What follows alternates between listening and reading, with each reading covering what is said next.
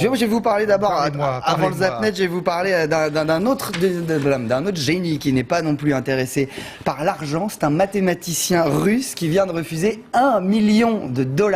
Il a résolu l'un des plus grands mystères mathématiques de ces 10 derniers siècles, rien que ça. Il s'appelle Grigori Perelman et il vient de décliner le prix du millénaire. C'est un institut américain qui remet ça, avec un petit chèque de 6 zéros qui va avec.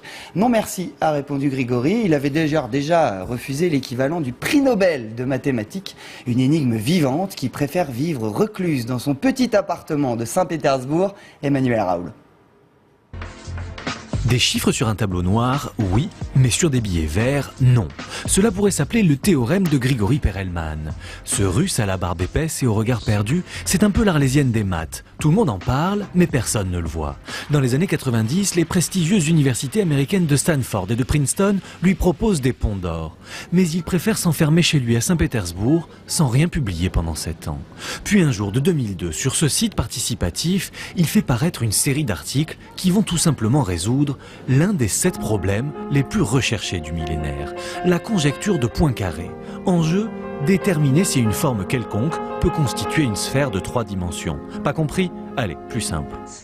La conjecture de Poincaré et sa résolution, c'est l'apogée, c'est comme gravir le sommet de l'Everest. Devant ce point final au problème de Poincaré, ses pairs décident en 2006 de lui attribuer la plus haute distinction des mathématiques. Mais Perelman la refuse et ne se déplace pas à la cérémonie.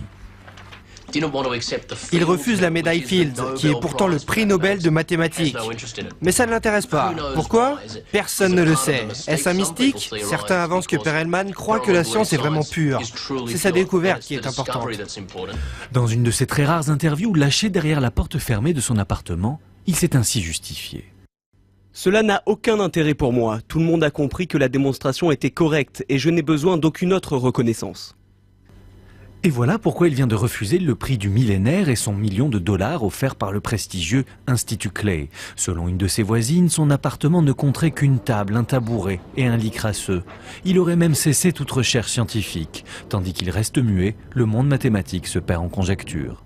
Ah, c'est un pur et dur. Hein. Refuser $1 million, bah,